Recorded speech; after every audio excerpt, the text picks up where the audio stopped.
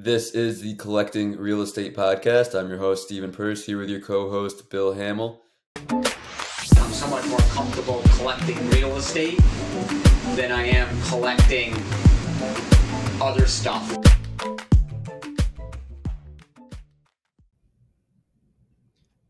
Janet Fields, thank you for being here this morning. Really excited to learn more about Oak Trust Properties. Tell us how you got into the real estate industry. Absolutely. Thank you for having me. So I have actually was born into this. I'm not sure that it was really a choice. My dad started real estate when I was a child, and he relocated our family here. Along the way, I bought my first residence in 2008, and then I officially joined the family business. I believe it was in 2012. And since then, I've been through a few acquisitions with my dad's company, and then I had my own company, and we've became partners since then and consolidated and brought together about 600 properties. One of the things that I've learned along the way is I went to school for graphic design. I've always been really interested in art. That was my passion, but I fell into real estate. And because of that, I have learned to be really collaborative and positive, and I love constructive criticism. So I'm always trying to make things better, and it's not like a personal thing. It's like, how can we make this product better? There's always something that can be smoothed out or delivered. So I know that my team also is, they're making themselves a product. So I want to see them become successful as leaders too. And if that means that they outgrow this company or they'd like to go do something else, I'd love to see them do that as well. And I'd actually take that as a great compliment for them to like grow and go somewhere else. I'd like to create basically an incubator for leadership. That's great. That's great. Knowing that primarily you're a property manager of many, many single family homes, and just learning about your art background. Are you able to see some parallels there, or as you're managing these single family properties and doing some work on these single family properties where you're able to put your own signature or your own look depending on your owner? Not as much the creative aspect in like a visual, because we really like to keep dollars and cents down because we do longer term rentals. If I was doing Airbnbs or executive rentals, absolutely, I'd love that, having some fun in there. And that might be another entity here in the future. But a lot of it is just collaboration and mediation of people. Since you have all these different minds at the table, and you have the client who, is your main responsibility, and then you have a resident who you're protecting their rights. There's a lot of times they don't see eye to eye, and they forget that there's a real person on the other end of that situation, and bringing them together collaboratively and hearing both sides and delivering it in a constructive way that they can hear and accept and move forward with. I think that's one of the things that I learned through working with other people in art and collaborating that way. That was a great skill I never knew I learned. You brought up the question that I had in mind. What about short-term rentals? Because I see single-family homes in the Charleston area. It's such a hot area for travel right now. I just started my first single-family rental, short-term Airbnb in Tampa, Florida, and it's going so well. I love that space, that model. Tell us more about your potential plans there. Oh, yeah. So there's a lot of potential. There's also a lot of hurdles. Charleston isn't exactly friendly with vacation rentals. There's limited licensings, and they've really cut down the footprint of where you can do it, especially like the historical downtown Charleston. We have a lot of HOAs in the South. So they, there's a lot of hurdles, but if you're smart, you can do it with contracts, and it is profitable. And like you said, there's so many people here, and it's not even just vacations. We have like 1 to 3 to 6 month rentals needed because we, like everybody else, we're going through a housing crisis, and we've been in this thing for like 10 years. It's not just the past two, like we're 10 years deep in this housing crisis. So people are moving here in droves because it's very cost effective, but we cannot build fast enough. And we have new business here coming here constantly, bringing thousands of workers, and we just can't keep up. So people, they want to buy a house, but there's not a house ready. So they need somewhere to stay for 3 to 6 months while their house is being built. Oh, that's a great dynamic then. Yeah, Yeah. with that type of a lopsided supply demand and having some short-term rentals as people are waiting for something longer term. One thing that I have to back up on is that collaboration mediation. I managed rental properties for so long, And early in my career, it seemed to reactively for me turn Mm-hmm. into so much where it was landlord versus tenant, Yeah, which totally. is dysfunctional Mm-hmm. in a lot of ways. And as I became more professional in the business, I started to look at it as owner and our customers. But in this business, we certainly run into some challenging situations. Can you tell us about an example or two where you're really focusing on that collaboration mediation, but now you're dealing with a very challenging tenant, trying Mm-hmm. not to turn it into, that Yes. landlord versus tenant situation? Yes. So I like to call it the snowball effect. So oftentimes you have a resident move into a property and something's not right. So maybe there's a little bit of dust in the corners of the home and they ignore it. And then there's another thing that pops up. Maybe the gate's a little bit hard to shut. That bothers them. They don't say anything. And then the third thing happens, and now like everything's a disaster. So like their senses are heightened. They've sensationalized everything, and they're just angry because they let the other things go, but they didn't tell us. So there's nothing we can do to serve them. So now we're trying to fix the gate, we're trying to do a clean, and you're trying to do whatever that third thing was. But the residents are busy and we all love our privacy. So we're trying to send people out to the home, and the resident doesn't want to be available. And then they're like, I have rights. I don't want you in the home. They're like, well, yes, we understand you have your rights, but we also want to serve you and we need to serve the client. So let us get in the home. But they start putting brakes on sometimes. This is like a 1% issue. But when they start putting brakes on to help to get you in the home to fix the issues, and the landlord doesn't want to fix the issues in the first place, especially if it's like an ice maker, because that's an expensive, silly fix, right? So now the landlords, they're getting like punch list items, and you're trying to wait till the punch list gets long enough to deliver to the owner. And the owner's like, oh my gosh, what are all these things? And then the resident doesn't want to allow them into the house. So now they're hearing a little bit too much of the story. So you kind of want to, divide that and just work through it. The resident's like, well, it wasn't a problem when I lived there. That's the accidental landlord, right? Like, I've lived here for 10 years, 20 years, and the AC was never an issue. Well, it's been 20 years. So it's hard for the landlord to get past sometimes that, they've been this property for so long and it was perfect because it was your home. But you had pride in that ownership, and these people have pride in it too, but they're expecting you to deliver the product for them. So it's really hard to understand that and to move forward, because when they start fighting, it's very hard to like go back to neutral. It's like your bank account goes in a negative, and then you get NSF after NSF after NSF, and you have to like bring it back up somehow. So yeah, we've had a lot of issues with that, especially like fences. It's hard to get a fence done if it's only like one section. So the resident wants it. The landlord's like, sure, if you want to pay for it, we can get it done. And then we have all these issues because the HOA comes in and they put on the brakes for it. And then everybody starts fighting because no one can really move forward. I almost want to step out of the frame here and let you and Bill Yeah. discuss, because he has over I 20 know. years of property management experience, and I feel like you two could go back and forth for hours on this stuff. I self-manage 10 units, asset manage 15, and even from that little bit of experience, everything you're saying hits deeply. But you mentioned having 600 single-family homes. Was that right? Yeah, I think we're closer to 550 at this point. But yeah, Wow. it's a good number. So that took a lot of work to scale to that point, right? Yes, it's really painful. Yeah. It's really exciting. It's a lot of fun. I love cleaning up messes and getting things organized. But we grew through acquisitions, three major acquisitions, where we probably grew about close to 50% each time. And that's a learning experience. It's just throwing you in, figuring it T- out along the way. Tell us more about that. What was that learning experience like? So it's very interesting, especially when you're an entrepreneur and you don't really have a lot of guidance on due diligence and examining because sometimes you want to be cheap and you're like, I can do this on my own. Why do I need to hire an attorney? That's a hard lesson to learn, an expensive one.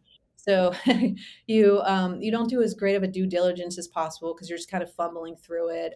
You're highly motivated, so you're just driven to get things done and move to the next thing. But in the process, you've messed up a few things because you're so excited about that sale and that injection of cash. So sometimes you bring on clients or a book of business that doesn't really align with yours.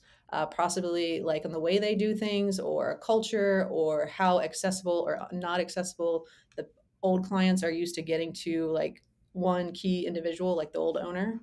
And that can be a huge conflict. We've taken on properties, it was like 200, and the owner operator of that business had a few, it seemed like favorite clients that were very hands-on, and the rest were almost non-existent. So when we went through the transition and said, hey, we're your new property managers, they're like, you guys talk to us?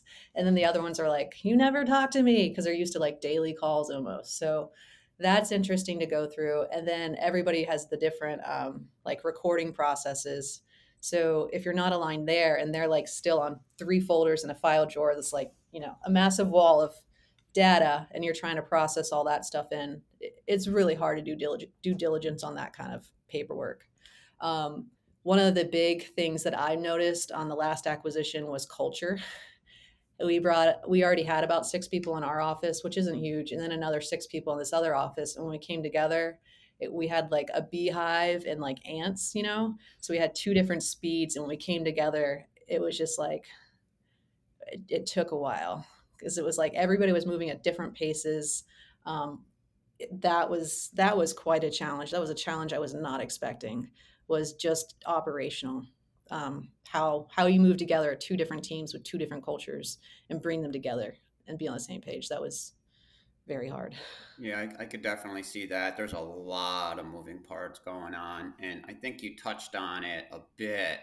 But the only thing I can think of at this point in our conversation is having so many different owners, all of these different properties, Mm-hmm. but the varying expectations and standards from owner to owner. And Mm-hmm. naturally, you want to run your business professionally and have a Yeah. good service for your tenants. Can you tell us what that looks like here and there? Do you have to let some owners go based on that? Absolutely. You know, once you notify them, you know, you try to do it slowly over a period. You don't want to just like the minute you sign, be like, "Hey, everybody, we're your new collection agency." Basically, you want to slowly do it. You don't want to cause alarm. So you can have one owner who's very meticulous on their properties and wants to provide a great service for their customer. And then you have another owner on the other extreme who doesn't want to spend money, just wants to see that rent collected and wants you to run it that way. Yeah, that is difficult. I think a good, when it comes to light, go ahead and just address it head on. You talk to the owner and you tell them how your company functions and that you want to deliver the best value. And the way to do that is to stay within the operating of your company, because that is how you've learned to deliver the best value. And if they're willing to get on board with that, then you can continue that relationship. And if not, you just say, you know, this really isn't working out. And you don't fine them and you don't be ugly. You just say, you know, we're not like the best fit. I have a few contacts for you. I'd love for you, like, let's connect you with these other people. These people might function more like you're looking for. Um, yes, and it makes it easier. You know, what is it, the 20-80 rule? 20% of your business is like 80% of your problems. And it's scary to let those go when you just go through an acquisition, but you can do an acquisition properly. So when you can adjust after a year. But getting rid of those people is scary in the beginning, but oh my gosh, it opens up your mental bandwidth so much, and it makes your company so much more efficient, so you can really serve and create more value for the customers who do align with you properly. That's a great point. So Bill and I mostly focus in value add multifamily. We like finding apartments that need a little bit of work, you know, light kitchen remodel, the rents could be raised, and we see a lot of upside potential there. Are you in the apartment commercial multifamily space at all? And do you have any value add products that you work on? No, I'm not, but I would love to get in there. I'm listening to Ready, Fire, Aim right now, and they talk Okay. about front end sales and back end sales. And the value adds, I guess, are what's called a back end sale. It's your low hanging fruit, the clients you already have. And I'm highly interested in that. We hear about fee maximization, and that has a really negative sound to it. And I feel like, you know, when we talk about value add and back end sales, that's great. I do work on a few things about adding statistical knowledge from that's based on our company. Since we have like a large number of properties, we can start pulling our own statistics and feeding that to our clients. And I like to survey them to see what they want, so then we can deliver. Um, but I don't have a whole lot of value adds for owners right now, which is disappointing. So you're not getting a lot of potential clients calling you saying, we need 3 rooms renovated and then we're ready to rent this. Most of them are turnkey Oh, ready. yeah, we'll do that for them, no problem. That's definitely part of our services, and we like to do renovations. We just call it like our renovation team. They'll come in and just do the whole flip. So yeah, that's part of our service plan. One of the other things that I really like to push is when we bring on new owners. Sometimes they want to DIY everything when they're moving out, but it's a super stressful time. So we'd rather just provide a white glove service and say, okay, well, this is the package, this is how much it costs, and we'll do all these things. So when you move out, you don't have to worry about it, and then it just goes right to market. So I think service ads, especially the next generation coming up. I just went to a conference where they had a futurist talk, and she talked about the next generation they would like to buy, but they're being squeezed out of the market. And the things that they like are service. So if you can have your groceries delivered, if you are doing the lawn service, if we have a pet walking, if we can have as many of those services as possible through possibly your own app or easily accessible hub, that is a great place to start. Services are cheap and easy to manipulate. No, it's so funny, and that's the world we live in right now. The one other one that I found amazing was, people offering or companies offering the garbage service, where Yeah. a tenant will also pay for, if they can just put their garbage bag outside their door, they'll pay somebody to come pick up the garbage and throw it in the dumpster. Yeah, man, it's one less thing, and I don't have to smell that trash. In my neighborhood, I see dog walking, and it blows my mind. It's about $1 a minute. So these kids go out or adults go out and they just post online. They're like dog walking, and it's dogs where we live is like a human, like they're your child. So people are willing just to throw money away on them, read them a bedtime story for $20. There's so many things that we just do in our daily lives that we're willing to pay somebody else to do because we know the value of our time, or we just like being pampered. Amazing, amazing.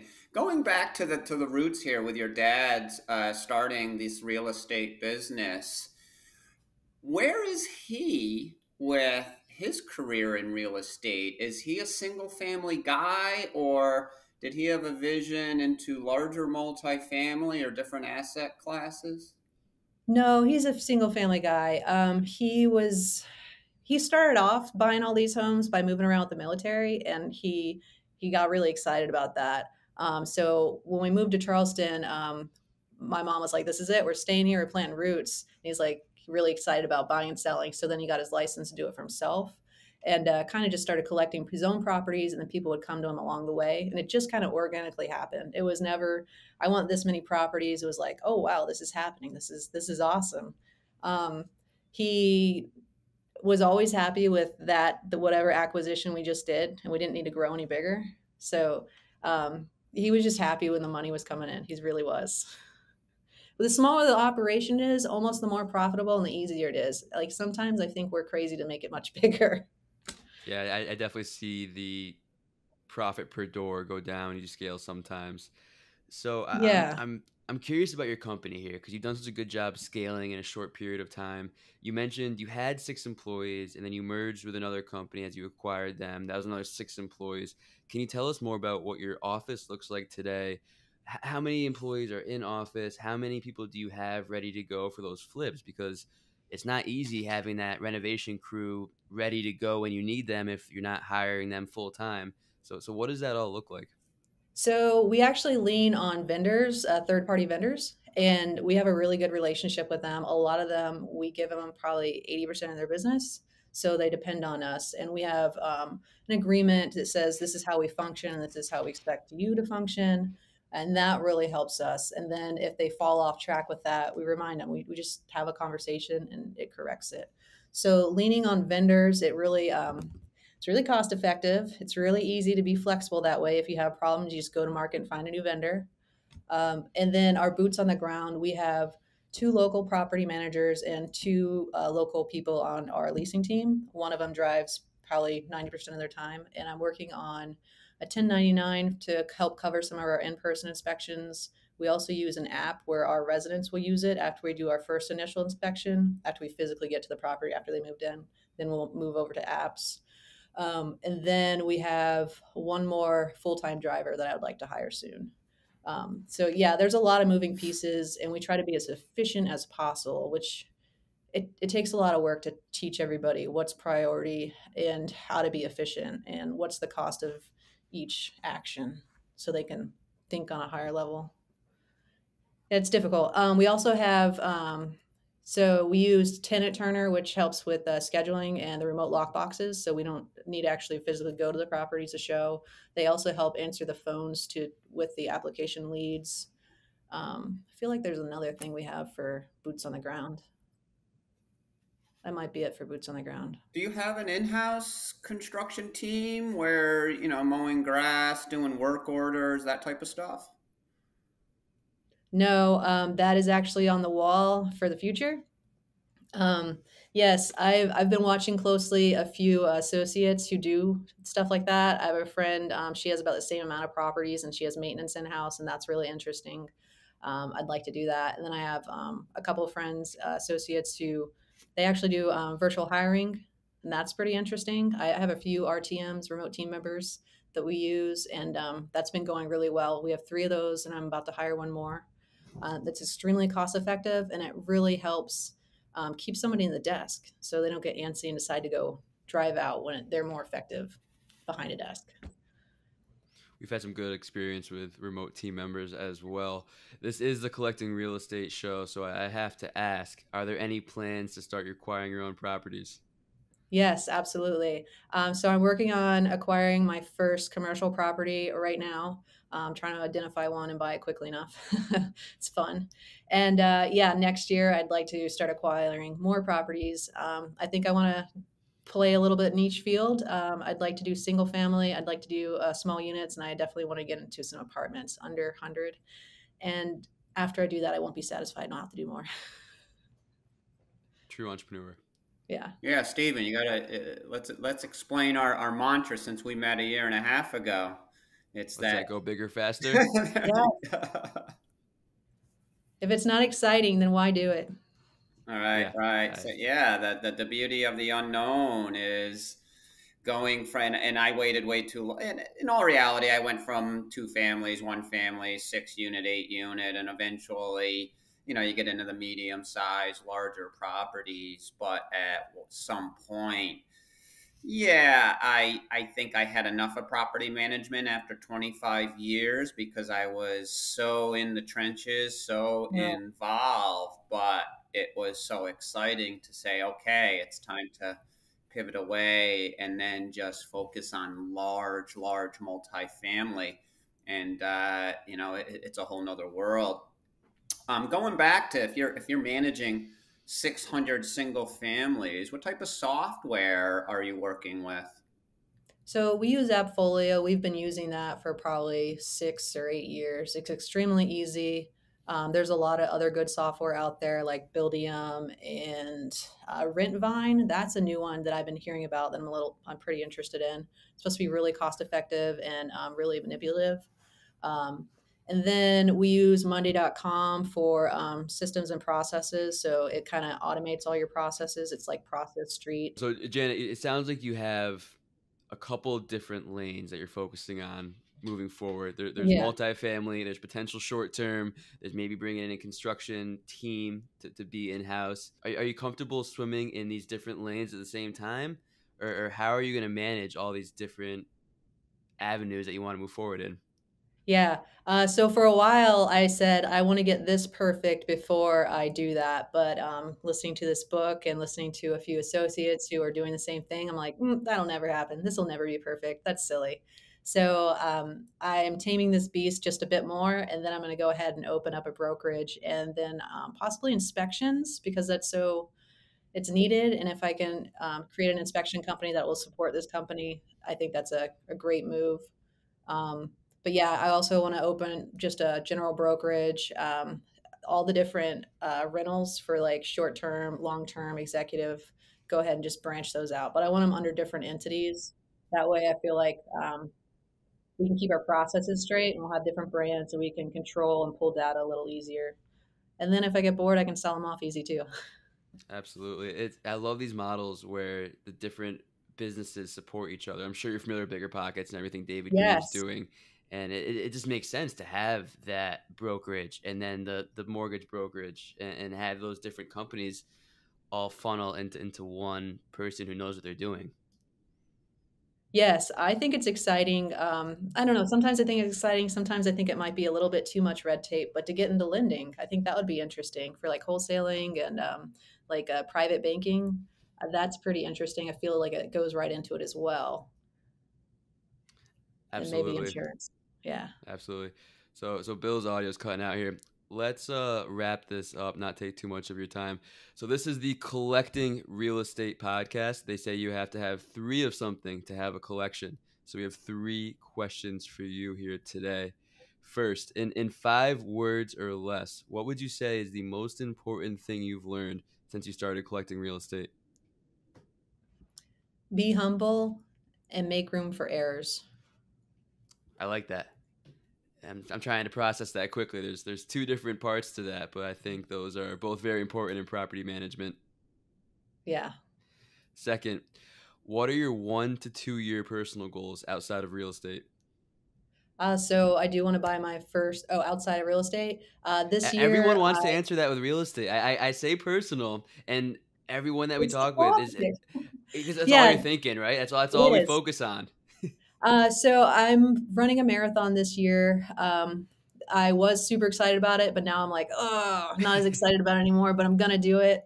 And then the other one is I want to get a big vacation on the books for my kids, for my family, my partner, and my 2 boys, and take them out to the Utah Big Five, like Bryce Canyon, Zion, Arches National, all those, and get a camper or van or something and just take 2 weeks, plan it all out. My friend just did it and it has a spreadsheet. So I'm like, I have her spreadsheet. I can just go. So you were seeing those pictures, getting a little bit of FOMO. Oh my gosh, yes. They're like belaying down canyons and doing zip lines that I don't know, were probably 2 miles. It seemed Oh, that like I don't sounds know if it great. could really be that long. Yeah, super Too bad. cool. Too bad Bill's audio cut out here because he's a big marathon runner, and I'm sure he'd love to talk to you more about that. I also want to ask, what about the graphic design? Is there any time in your schedule to keep working on that true passion? So it's turned into just visual art. So over the last year, I have an open floor plan in my house, and I just decided that it's my house. I can do what I want. So I brought in a big easel, and I just paint whenever I want. It's next to the dining room table. My kids will like add on to it. My husband will add on to it. So we have like a collective painting. And then I love to garden for wildlife. So I have blueberry bushes and all sorts of like daylilies and salvia, sage, stuff like that. And I love to garden and create a beautiful garden.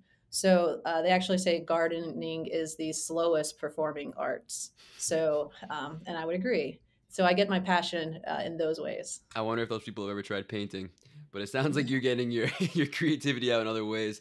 What about Yeah. interior design? I do like it, but I don't like the cost involved. I feel like I'm just like spending money for like, something, and then I want to change it. So then I have to like get rid of all these expensive pieces. So I feel like it's just not cost So effective. so interior design for clients maybe in the Huh. future. Now, I would absolutely love that for short-term rentals Yeah, and Airbnbs. Yeah, 100%. That is like right up my alley. that's something I could definitely see you doing. Last question here. How can Bill and I assist you and the listeners as well? And also, where can we find you? Yes, so you can find us at oaktrustproperties.com. We actually have a resources page where you can hop on there and download our marketing plan. And we would just love to hear and how we could benefit you and what you guys are looking for. We love to hear what our clients want so we could better serve them. Awesome. So that's oaktrustproperties.com. We'll put that in the show notes in the description. Janet, thank you for being on the show. If anyone is looking for a property manager in the South Carolina area, definitely look up Janet, look up Oak Trust Properties. Thank you for your time. Thank you.